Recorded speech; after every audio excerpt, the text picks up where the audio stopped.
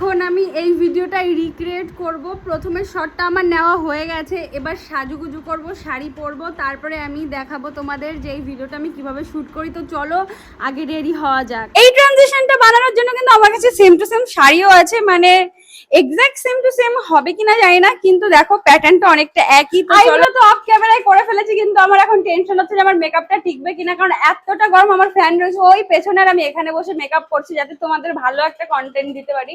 আমি জানি এই ফাউন্ডেশনটা আমার শেডের না, পিয়ারে পাঠিয়েছিল, জানি না কেন ওরা ভেবেছে আমি অতি ফর্সা, কিন্তু আমি এত ফর্সা না। এটা হলো বিদেশিদের জন্য একদম ঠিক।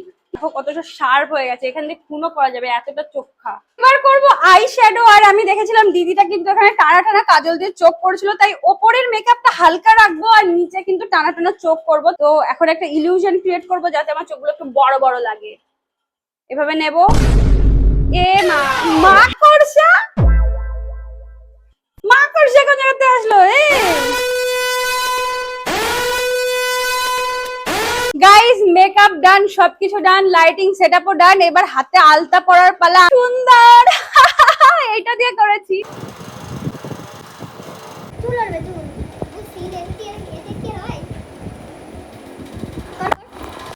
ট্রানজিশন ভিডিও আমি তাড়াতাড়ি আপলোড করে দিচ্ছি গাইস। যদি এটা 10 দিন পরে দেখে থাকো তাহলে আপলোড হয়ে গেছে, আর যেদিন ছেড়েছি সেদিন দেখলে পারে, এখন আপলোড হয়নি। Okay bye.